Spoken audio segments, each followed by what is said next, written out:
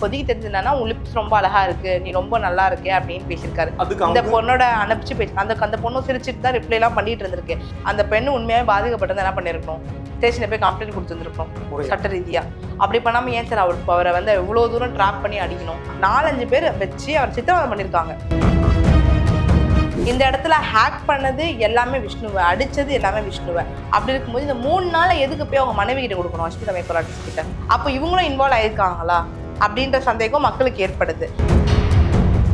நியாயப்படி சட்டப்படி பார்த்தீங்கன்னா விஷ்ணு பனிஷ்மெண்ட்ஸ்லாம் கிடைக்காது எனக்கு தெரிஞ்சு. தண்டனை இதுக்கு யாருக்கு வரும்னு பார்த்தீங்கன்னா அவங்க ஃப்ரெண்ட்ஸ் இருக்காங்களே, கூட்டிகிட்டு போய் அடிச்சாங்களே ஒரு 6-7 பேர், அவங்களாம் கண்டிப்பாக சட்ட ரீதியாக தண்டனை இருக்குது. அவங்களுக்கு குறைஞ்சபட்சம் 2 வருஷத்துலேருந்து 5 வருஷம் வரைக்கும் சிறை தண்டனை கிடைக்க ஏகப்பட்ட வாய்ப்புகள் இருக்கு.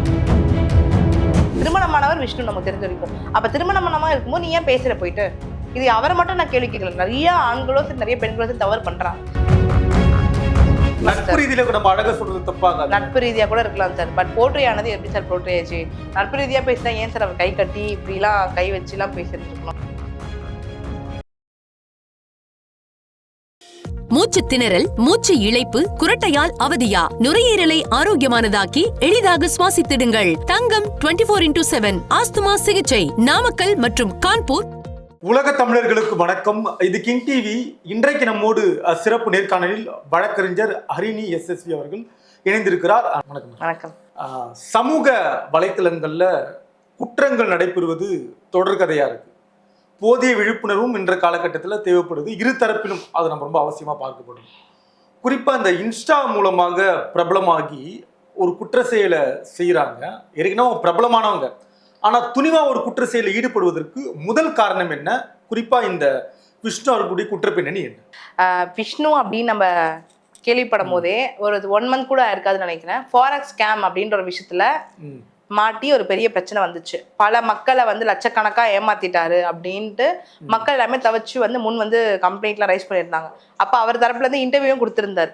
என்ன கொடுத்திருந்தாரு பாத்தீங்கன்னா, நான் யாரையும் ஏமாத்தல, நான் காசு கொடுக்க ரெடியா தான் இருக்கேன், ஸோ தட் நான் யாரையும் ஏமாத்தல, என் ஒய்ஃப் மாதிரி உங்களை இண்டிபெண்டா இருக்க முடியுமா, என் ஒய்ஃப் அவ்வளோ இண்டிபெண்டான உமன் அப்படின்ற மாதிரிலாம் பேசி ஒரு போல்ட் ஸ்டேட்மெண்ட் கொடுத்திருந்தாரு. இப்படி போல்டா இருந்த விஷ்ணு வந்து சடனா ஒரு 4 நாளைக்கு முன்னாடி பாத்தீங்கன்னா அவள் பேஜ்லேயே வந்து ஒரு வீடியோ டெலிகாஸ்ட் ஆகுது. அதில் அவர் அழுத மாதிரியும் பயந்தும் சில விஷயங்கள் சொல்லியிருக்காரு. அதில் பார்த்தீங்கன்னா அவரோட ஃப்ரெண்டோட தங்கச்சிக்கிட்டே அவர் ஃப்ளர்ட் பண்ணியிருந்திருக்காரு. அவங்க ஃப்ரெண்டோட தங்கச்சி பார்த்தீங்கன்னா காலேஜ் படிக்கிறாங்க. காலேஜ் படிக்கிறதுக்காக இங்கே வந்திருக்காங்க. அவங்க ஃப்ரெண்ட் என்ன சொல்லிருக்காங்க, என் தங்கச்சியை பார்த்துக்கோன்னு சொல்லி இன்ட்ரோ கொடுத்துருக்காங்க. இவர் என்ன பண்ணியிருக்காருன்னா அந்த பொண்ணுக்கிட்ட ஃப்ளர்ட் பண்ணிட்டு இருக்க மாதிரி சில விஷயங்கள் பரவப்பட்டுச்சு. அதுக்காக அவங்க ஃப்ரெண்ட்ஸ் எல்லாம் ட்ராப் பண்ணி அவரை வர வச்சு அவர்கிட்ட இருந்து மிரட்டி சில உண்மைகளை வாங்கி அதை அவரோட இன்ஸ்டாகிராம் பக்கத்திலே வெளியிட்டு இருக்காங்க. மிரட்டி வாங்கியது எல்லாம் உண்மைதான் இல்லையா? உண்மை. அது அவரே சொல்லிட்டாரு. அவரே என்ன சொல்றாருன்னா, அவரோட பிரஸ் மீட்டிங் இன்னைக்கு ரிலீஸ் ஆயிருக்கு. அதுல என்ன சொல்றாருன்னா, நான் அந்த பொண்ணுகிட்ட அபியூஸா பேசினேனா, ஹராஸ் பண்ணனா, மொலாஸ் பண்ணனா, அல்ல வேற எதுனா நான் அந்த பொண்ணை ஹராஸ்மெண்ட் பண்ணனான்னு கிளியரா சொல்றாரு. ஸோ விருப்பப்பட்டு தான் பேசியிருக்காங்க 2 பேருமே. இவர் வந்து விளையாட்டுத்தனமா பேசியிருக்காரா இல்லைன்னா தப்பா ஃப்ளர்ட் பண்ணிருக்காரா நமக்கு தெரியாது. ஆனா அந்த சைட்ல இருந்து அந்த தங்கச்சியோட ஃப்ரெண்டுமே ஸ்டாப் பண்ணலை. ஸோ இது நமக்கு என்ன தெரியுதுன்னா பேசியிருக்காங்கன்றது கிளியரா தெரிஞ்சிருச்சு.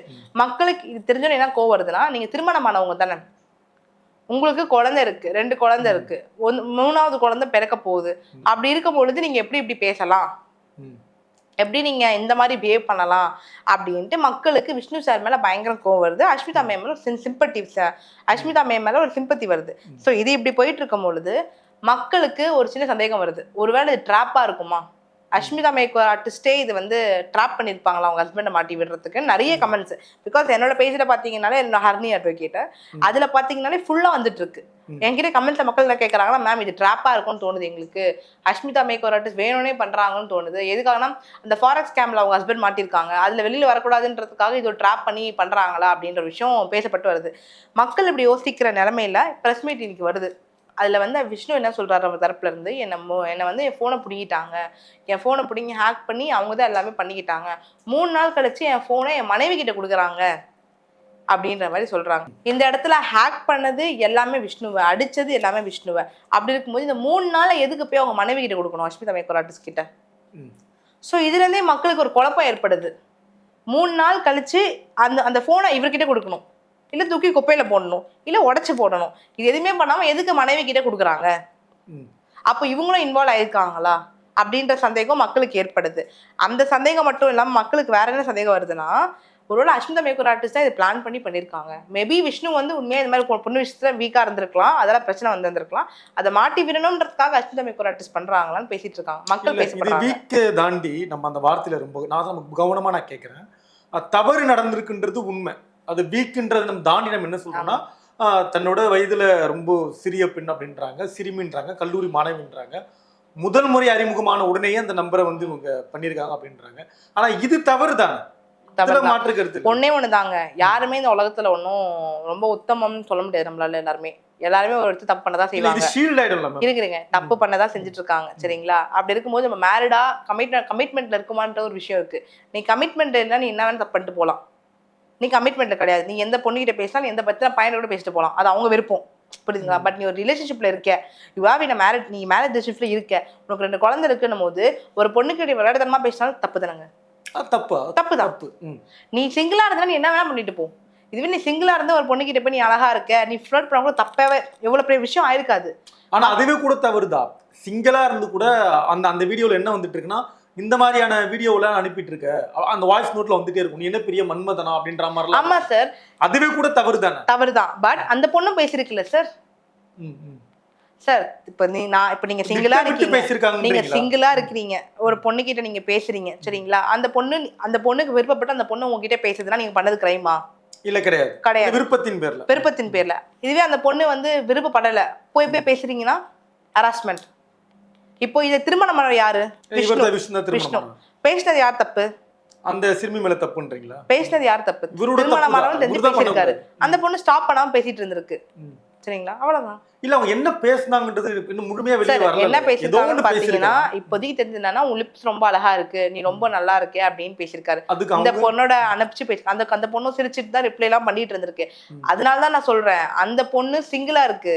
சரிங்களா? அவ பேசுறதுன்ற தப்பு தான், இல்லன்னு சொல்லல. திருமணமான நபர்கிட்ட பேசி தப்பு தான். இப்ப திருமணமானவரே பேசுறாரே. 2 தரப்புலயும் தப்பு இருக்குன்றீங்க? 2 தரப்புல கண்டிப்பா தவறு இருக்கு.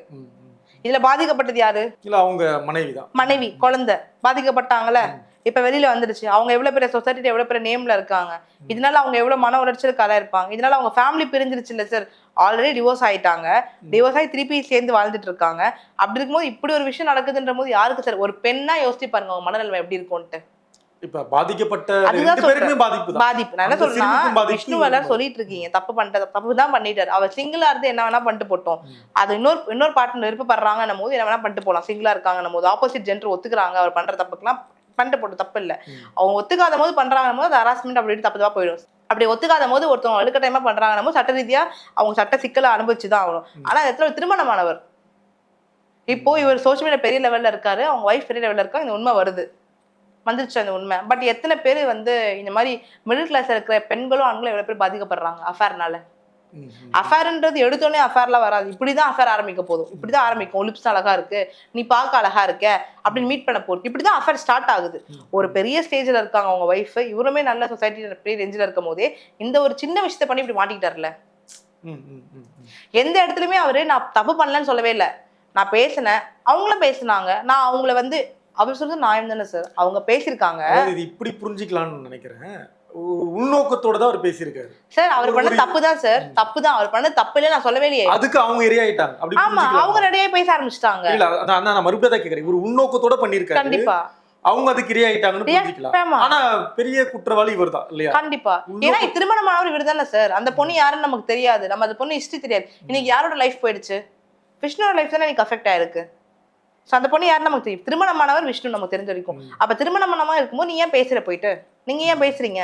இது அவரை மட்டும் நான் கேள்வி கேட்கல. நிறைய ஆண்களோ சரி, நிறைய பெண்களோ சரி தவறு பண்றாங்க. திருமணம் ஆகி இருந்தாலுமே ஒருத்தவங்க பேச ஆரம்பிக்கிறீங்க, இப்படிதான் ஆரம்பிக்கும். உன் லிப்ஸ் அழகா இருக்கு, நீ பார்க்க அழகா இருக்கு. யோசிச்சு பாருங்க. சமூக ஊடகத்துல கிட்டத்தட்ட ஒரு பிரபலமான ஆளா இருக்காரு. இன்னைக்கு இருக்க அடுத்த தலைமுறை வந்து இந்த இன்ஸ்டால ரொம்ப அதிகமா ஈடுபாடா. கண்டிப்பா. அதனால ஒரு ஆர்வத்துல கூட அவங்க பேசிருக்கலாம்ல. ஒரு பழக்கப்பட்ட ஒரு நபர் ரொம்ப எல்லாராலையும் பார்க்கப்படக்கூடிய நபர்ன்றதால கூட அவங்க பேசியிருக்கலாம்ல. சார் நட்பு ரீதியா கூட இருக்கலாம். நட்பு ரீதியா இருக்கலாம் நட்பு சார், ரீதியில கூட நம்ம அழகா சொல்றது தப்பாகாது. நட்பு ரீதியா கூட இருக்கலாம் சார். பட் போர்ட்ரே ஆனது எப்படி சார் போர்ட்ரே ஆச்சு? நட்பு ரீதியா பேசினா ஏன் சார் அவர் கை கட்டி இப்படி எல்லாம் கை வச்சு எல்லாம் பேசியிருந்திருக்கணும்? அவங்க நட்பு ரீதியா இருந்திருக்காங்க. யாரு? அந்த சிறுமி வந்து இது சார் அந்த நட்பு ரீதியா சிறுமியை பத்தி நான் இங்க பேசவே வரல சார். இவரு வந்து கார்னர் இவருதான் ஏன்னா இவருதான் சோஷியல் மீடியா வந்துச்சு. இப்ப அந்த பொண்ணு பேச தப்புன்னா நான் சொல்லல சார். அவங்க என்னமோ பண்ணிட்டு போட்டோம், பிரச்சனை கிடையாது. இதுல சோஷியல் மீடியா டெலிகாஸ்ட் பண்ணது யாரு? ஃப்ரெண்ட்ஸ், அவரோட ஃப்ரெண்ட்ஸ் பண்ணிட்டாங்க. நீங்க மாட்டினது யாரு? அதை பத்தி மட்டும் சிறுமி நமக்கு யாருன்னே தெரியாது சார். நம்ம ஏன் அதை பத்தி பேசணும்? ஃபர்ஸ்ட் ஆஃப் ஆல் அந்த பொண்ணு பண்ண தப்பாவே இருக்கட்டும், யாருன்னே தெரியாத முகத்தை நம்ம ஏன் சார் பேசணும்?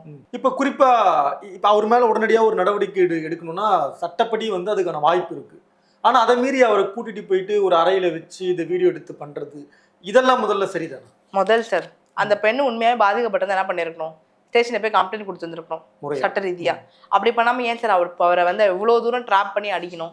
அந்த அளவுக்கு அவர் என்ன பண்ணிட்டாரு இந்த பொண்ணு? திருப்பி ட்ராப்ன்ற வார்த்தையை பயன்படுத்துறீங்க. ஏன்னா அவர் அதான் சொல்றாரு, என்ன ட்ராப் பண்ணிட்டாங்க தான் அவர் சொல்றாரு. அவர் சொல்லிட்டு தான் பேசிட்டு இருக்கேன். அவர் சொல்ல என்ன ட்ராப் பண்ணிட்டாங்க, என்ன ட்ராப் பண்ணிட்டாங்க, என்ன ட்ராப் பண்ணிருக்காங்க. சார் சட்ட ரீதியா பார்த்தா என்ன சார் பண்ணிருக்கணும்? அந்த பொண்ணு ஸ்டேஷன்ல கம்ப்ளைண்ட் கொடுத்துருக்கணும், இல்லைன்னா கூட்டிட்டு வந்து வச்சு பேசியிருக்கணும். ஆனா 4-5 பேர் வச்சு அவர் சித்திரவதை பண்ணிருக்காங்க. அது அப்படியே சார் பண்ணணும். அப்ப அந்த இடத்துல என்ன நோக்கம் வருதுன்னா அவரோட நேமை டேமேஜ் பண்ணணும்ன்ற நோக்கம் அதுல வருது. இல்ல எனக்கு 2 பிரதான கேள்வி இருக்கு. ஒண்ணு, இவர் அந்த பெண்ணை வந்து இரையாக்கிருக்கணும், தன்னுடைய ஆசைக்கு என்னங்கிறதுக்காக இரையாயிருக்கணும், முயற்சி பண்ணி மாட்டியிருக்கணும். இது ஒண்ணு. 2வது, இவரை யாரையாவது இரையாக்கிருக்கணும், இவரை யாராவது கார்னர் பண்ணி ட்ராப் பண்ணிருக்கணும். 2த்துல என்ன நடந்திருக்கும்னு நினைக்கிறேன் சார். நான் நினைக்கிறத வச்சு என்னால பேச முடியாது சார் என்னைக்குமே. சரி, நீங்க ஒன்று நினைப்பீங்க, நான் ஒன்று நினைப்பேன், கேமராமேன் ஒன்று நினைப்பாரு, அதை வச்சு பேச முடியாது. ஃபேக்ட் என்னமோ, எவிடன்ஸ் என்னமோ, ப்ரூஃப் என்னமோ, அதை மட்டும் தான் பேச முடியும். நினைக்கிறத வச்சு நீங்க பேச முடியாது. நான் ஒன்று சொல்லுவேன், இல்ல விஷ்ணு நல்லவர் சொல்லிட்டு போயிடுவேன், இல்ல விஷ்ணு கெட்டவர் சொல்லிட்டு போயிடுவேன். மக்கள் கேட்பாங்க ப்ரூஃப் இருக்கா மேம் கேட்பாங்க. நான் எங்க போறது? என்ன டெலிகாஸ்ட் ஆச்சோ, என்ன நடந்திருக்கோ அதை பத்தி மட்டும் தான் என்னால பேச முடியுமே தவிர என் நினைப்பை வச்சு நான் ஒருத்தவங்களுக்கு தப்பா ஃபேக் அலிகேஷன் பண்ண முடியாது. நம்ம நோக்கமே கூட அது கிடையாது. ஆனா ரெண்டுமே வேற வேற புரிஞ்சுக்கணும்னு ரொம்ப நான் முயற்சி பண்றேன். இல்ல எனக்கு புரியுது நீங்க சொல்றது, பட் அந்த 2த்துக்குமே என்கிட்ட பதில் கிடையாது. ஆனா 2த்துல ஏதோ ஒண்ணு உறுதியா சார். இன்னைக்கு காலம் பதில் சொல்லும் சார். அதுக்கு இருந்து பார்க்கணும். காலம் பதில் சொல்லும். அந்த பொண்ணும் பேசியிருக்கு, இவரும் பேசியிருக்காரு. அதுக்கு இவரு சமமா மாட்டிருக்காரு. மாட்டிட்டு தரப்புல நியூஸ்ல சொல்லிட்டாரு. இதுக்கப்புறம் வர்றதுதான் சார் வரும். கடந்த காலம் அந்த பெண்களும் தப்பு. அந்த பேசின பெண்ணையும் நம்ம எதுவும் சொல்ல முடியாது. என்ன பேசிருக்காங்கன்ற ப்ரூஃப் உங்ககிட்ட இருக்கா? இல்ல என்கிட்ட தான் இருக்கா? கிடையாதுன்னும் போது நம்ம எப்படி அந்த பொண்ணை நம்ம தப்பு சொல்ல முடியும்? இல்ல இவர் எப்படி தப்பு சொல்ல முடியும்? நீங்க சொல்றீங்களே இந்த காம பசிக்காக இப்ப பேசிருக்காரு, எப்படி சொல்ல முடியும்? காம பசிக்காக தான் பேசினாருன்றத சாட் இருக்கா? அவங்க ஃப்ரெண்ட்ஸ் டெலிகாஸ்ட் பண்ண சாட்டே பாத்தீங்கன்னா லிப் நல்லா இருக்கு, எல்லாருக்கும் ஒய்ஃபோட மத்தவங்க ஒய்ஃப் தான் பிடிக்கும், எவ்வளவுதான் பேசியிருக்காரு. அப்படி இருக்கும்போது அவங்க காம பசின்றது எப்படி சொல்ல முடியும் நம்மளால? இல்ல இந்த வார்த்தையே சரியில்லைல்ல. இந்த ஒய்ஃபை வெட்டி இன்னொரு ஒய்ஃபோட ஒப்பிட்டு பாக்குறது கூட தவறுதான் சார். அதுக்குதான் சார் இன்னைக்கு அவர் தண்டனை அனுபவிக்கிறாரு. ஆரம்ப கோடு அதுதான் ஆரம்பம். சரி, ஒரு அஃபேர் இப்போ ஒரு அஃபேர்னு போறாங்கன்னு எடுத்தோடனே அஃபேர் போயிடுவாங்களா? என்ன பண்ணுவாங்க? ஃபர்ஸ்ட் எடுத்தோடனே ஒரு பொண்டாட்டிக்கோ புருஷனுக்கு துரோகம் பண்றவங்க என்ன பண்ணுவாங்க? ஃபர்ஸ்ட் எடுத்தோடனே போய் துரோகம் பண்ணுவாங்களா? பார்ப்பாங்க, பேசுவாங்க, காஃபி ஷாப்ல வருதுன்னு கேட்பாங்க, யாருன்னா கேட்பாங்க, ஒலிப்ஸ் அழகா இருக்குன்னுவாங்க, நீ பார்க்க அழகா இருக்காங்கன்னுவாங்க. அடுத்த கட்டம் இது அப்படியே போகும். 1 மாசம் இது, 2 மாசம் இது, 3வது மாசம் அது, 5வது மாசம் கம்ப்ளீட்டா அஃபேர்ல ஆயிடும். புரியுதுங்களா? ஸோ தொடக்கம். இப்போ சமூக ஊடகத்துல இருக்கக்கூடிய ஒரு நபர், நம்ம மறுபடியும் அதான் சொல்றோம், சமூக ஊடகத்துல இருக்காரு, அவர் நிறைய பேர் ஃபாலோ பண்றாங்க. இந்த அளவுக்கு துணிச்சலா இவர் இல்லை, இந்த மாதிரி பல பேர் இந்த சமூக ஊடகத்துல இந்த சிக்கல்ல சிக்கிறாங்க. அதுக்கு என்ன அடிப்படை முதல்ல காரணமா இருக்கும்? ஃபர்ஸ்ட் ஆஃப் ஆல் மக்களுக்கு வந்து ஒரு சோஷியல் மீடியா இன்ஃப்ளூயன்சர் தான் கிட்ட வந்து பேசுறாங்கன்னு ஒரு சந்தோஷமாயிடும். ஃபர்ஸ்ட் அது சந்தோஷமாயிடும். பா இவரெல்லாம் வந்து நம்மகிட்ட பேசுறாங்களே அப்படின்ட்டு அவங்க மேல கண்மூடித்தனமான நம்பிக்கை இருக்கு மக்களுக்கு. ஒரு சோஷியல் மீடியா இப்பெல்லாம் ஃபர்ஸ்ட்லாம் எப்படின்னா ஒரு பெரிய ஆக்டர் வந்து நம்மகிட்ட பேசிட்டா போதும், சினிமா ஆக்டர்ஸ்லாம் சந்தோஷமாயிடும். அதே ஈக்குவலுக்கு மக்கள் சோஷியல் மீடியா இன்ஃப்ளூயன்சரை அவ்வளோ விரும்ப ஆரம்பிச்சிட்டாங்க. ஃபோனில் பார்க்குறதோ இல்லை நேரில் பார்த்தா கூட ஓடி போய் ஃபோட்டோ எடுக்கிறது அந்த அளவுக்கு போயிடுச்சு. ஸோ அவங்க மேலே பயங்கர ட்ரஸ்ட் வந்துச்சு மக்களுக்கு. அவங்க என்ன பண்ணாலும் நல்லதாக தான் இருக்கும், அவங்க என்ன சொன்னாலும் கரெக்டாக தான் இருக்கும், அவங்க நம்பிக்கை, அவங்க இயலாமை. இது இவங்க பயன்படுத்திக்கிறாங்க இல்லையா? தவறாக பண்ணிக்கிறாங்க நிறைய பேர். ஆனால் இதெல்லாம் தடுக்கிறதுக்கு என்ன வழி இருக்கு? தடுக்கிறதுக்கு என்ன வழின்னா எல்லாருமே அவங்கவுங்க உஷாரா இருங்க. ஏதாவது ஒருத்தவங்க சொல்றாங்க அப்படியே பிளைண்டாக நம்பாதீங்க. சொந்தமாக யோசிச்சு டிசைட் பண்ணுங்க, பண்ணலாமா வேண்டாமான்ட்டு. ஃப்ரெண்ட்ஸ் கிட்ட கேளுங்க, அட்வைஸை கன்சல்ட் பண்ணுங்க. நீங்களே எதனா பண்றீங்க கன்சல்ட் பண்ணுங்க. நீங்களே டிசைட் பண்ணிக்காதீங்க செல்ஃபா. நீங்க டிசைட் பண்ற தப்புன்னு சொல்ல, நீங்க டிசைட் பண்றது கரெக்டா இருக்கணும் உங்களுக்கு தோணுச்சுன்னா பண்ணுங்க. இப்ப அடுத்து என்ன சட்டப்படி அடுத்து என்ன நடக்க இருக்கு, என்ன மாதிரி நடவடிக்கை எடுக்க போறாங்க, காவல்துறை நடவடிக்கை என்ன இருக்கு? சட்டப்படி பாத்தீங்கன்னா இந்த இடத்துல விஷ்ணு மக்கள்லாம் கேட்கறாங்க, விஷ்ணுக்கு பனிஷ்மெண்ட்ஸ் கிடைக்குமா, தண்டனை கிடைக்குமான்னு மக்கள் நிறைய பேர் கேட்கறாங்க. நியாயப்படி சட்டப்படி பாத்தீங்கன்னா விஷ்ணுக்கு பனிஷ்மெண்ட்ஸ் எல்லாம் கிடைக்காது எனக்கு தெரிஞ்சு. ஏன்னு பாத்தீங்கன்னா சட்ட ரீதியா பாக்குறீங்கன்னும் போது விஷ்ணு பேசியிருக்காரு அந்த பொண்ணுகிட்ட, அந்த பொண்ணும் பேசியிருக்கு. இப்போதைக்கு இதான் வந்து வந்திருக்கு வெளியில இருக்க சோர்ஸ் அவ்வளவுதான். அப்படி இருக்கும்போது அந்த பொண்ணு பேசியிருக்கு. அப்படின்னும் போது அந்த பொண்ணுக்கு என்னன்னு சொல்லி கம்ப்ளைண்ட் கொடுக்கும்? என்ன ஹராஸ்மெண்ட் பண்ணிட்டாருன்னு கொடுக்குமா? என்னன்னு கொடுக்க முடியும்? ஸ்டாக்கிங் பண்ணிட்டாருன்னு கொடுக்குமா? பேசியிருக்கா, ரிப்ளை வந்திருக்கு, விருப்பப்பட்டு தான் பேசியிருக்காங்க. ஸோ வந்து விஷ்ணுக்கு வந்து மேபி விஷ்ணு அந்த பொண்ணு பேசாம இருக்கும் போது போய் கம்பல் பண்ணி பேசியிருக்காருன்னும் போது அவருக்கு வந்து சட்ட ரீதியாக நிறைய தண்டனை இருக்கு. ஸோ தண்டனை இதுக்கு யாருக்கு வரும்னு பார்த்தீங்கன்னா அவங்க ஃப்ரெண்ட்ஸ் இருக்காங்களே, கூட்டிட்டு போய் அடிச்சாங்களே ஒரு 6-7 பேர், அவங்களாம் கண்டிப்பா சட்ட ரீதியா தண்டனை இருக்கு. ஏன்னா அவரை இவங்க கிரீவியஸ் ஹர்ட் பண்ணிருக்காங்க, கொலை மிரட்டல் பண்ணிருக்காங்க, எவ்வளவு விஷயம் பண்ணிருக்காங்கன்னா சட்டம் பண்ணி தப்பிக்க முடியுமா? அவங்க போனை ஹேக் பண்ணிருக்காங்க, போனை எடுத்துட்டு போயிருக்காங்க, அவரை அந்த அடி அடிச்சிருக்காங்க, கண்ணத்துல வயிற்றுல எல்லாத்துலயுமே அடிச்சிருக்காங்க. அப்படி இருக்கும்போது அவங்க தப்பிச்சிருவாங்களா? அவங்களுக்கு குறைஞ்சபட்சம் 2 வருஷத்துல இருந்து 5 வருஷம் வரைக்கும் சிறை தண்டனை கிடைக்க ஏகப்பட்ட வாய்ப்புகள் இருக்கு, தண்டனை கண்டிப்பா இருக்கு. விஷ்ணுக்கு இருக்கான்னு கேட்டீங்கன்னா கிடையாது என்னை பொறுத்த வரைக்குமே. பட் இதுக்கப்புறம் எவிடன்ஸ் எதனா வருது, ப்ரூஃப் எதனா வருதுன்னா வாய்ப்பு இருக்கு. மேபி அந்த பொண்ணை இவர் அரெஸ்ட் பண்றவா எதனா பண்ணிருக்காரு, அந்த பொண்ணுகிட்ட எதனா பிளாக்மெயில் பண்ணிருக்காரு, இல்ல இதெல்லாம் பண்ணிருக்காருன்னா கண்டிப்பா அவருக்கு தண்டனை இருக்கு. இப்போ வரைக்கும் அந்த சோர்ஸ் வச்சு நான் பேசுறேன். அந்த பதிவிலேயே அவருடைய அந்த இதுல இருந்து சட்டப்பையில இருந்து ஒரு காண்டம் எடுக்கிறாங்க. அதெல்லாம் வந்து திட்டமிட்டு பண்ணதா இல்ல அது எப்படி? இப்போ நீங்க எப்படி வீடியோ பாக்குறீங்க அதே மாதிரி தான் நானும் வீடியோ பார்த்திருக்கேன். பாக்கெட் எடுத்ததை பார்த்தேன். விஷ்ணு தரப்பு என்ன சொல்றாரு பாத்தீங்கன்னா, இது வந்து ட்ராப் பண்ணி பண்ணிருக்காங்க, அது என்கிட்ட இல்ல, ட்ராப் பண்ணி பண்ணிருக்காங்கன்னு அவர் தரப்புல இருந்து சொல்லிட்டு இருக்காரு. ஸோ அங்க என்ன நடந்ததுன்றத வீடியோ வச்சு தான் பார்க்க முடியும். வீடியோ வந்து பார்க்கும்போது விஷ்ணு வச்சுட்டு போயிருக்காரு. அவர் மக்களுக்கு தான் தோணும் விஷ்ணு தான் வச்சிருக்காரு, கரெக்டுங்களா? அப்படிதான் தோணும், கண்டிப்பா எனக்குமே அப்படிதான் தோணும். அவர் தான் கொண்டு போன மாதிரி தான் தோணும் இல்லையா? அந்த அடிக்கிறதுக்கு முன்னாடி வச்சு எடுக்கிற மாதிரிலாம் நமக்கு அதுல எந்த மாதிரி அந்த வீடியோல அப்படி இல்லையே சார். பட் அவர் தரப்புல இருந்து சொல்றாரு, அது எல்லாமே ப்ரூவ் பண்ணி எவிடன்ஸோட எல்லாமே பண்ணணும்.